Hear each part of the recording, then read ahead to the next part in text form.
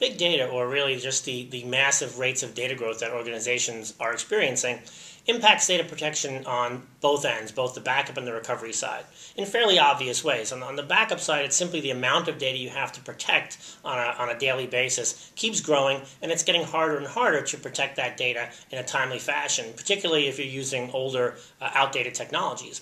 The other problem is on the recovery side. As we see applications, single applications growing into multi-terabytes of data, when you have to recover that amount of data, that can take a very long time, running into not only hours but even days. So you're potentially looking at an application being offline for a very long period of time while you're undergoing a recovery process. So big data, again, is putting pressure on both sides of the data protection process.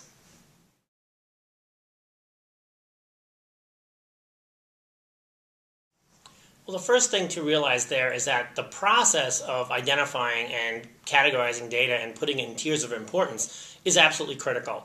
It's not a smart idea to have a single data protection policy for all your data because, frankly, not all data has the same worth to the organization. But the next step is how do you determine which data has what level of worth? And you cannot do that strictly within the IT department. It really becomes a task where you have to go out to the organization at large and get stakeholders from different departments, whether that's legal, finance, research and development, marketing, whatever the departments across your organization are, because those are the stakeholders who are going to be able to tell you the different levels of significance to their data. And so that way you can begin to fashion a policy that makes sense across your organization.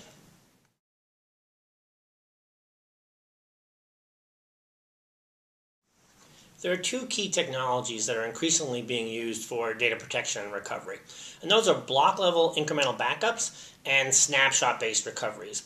Block-level backup allows you to reduce the amount of data you protect every day by an order of 90% or more, depending on rates of change of a particular application. So that's allowing you to minimize the amount of data you back up while still being able to capture all the information you need to capture. And on the recovery side, really the only technology available today that can restore large-size systems quickly is snapshot technology. Because snapshots allow you to access data immediately in a fully usable format, rather than the conventional method of recovery where you took a bunch of data from point A and moved it back to point B, because that takes time. That can take hours or even days in some circumstances. So snapshots allow you to access data within minutes to recover information rather than waiting a significantly longer period of time.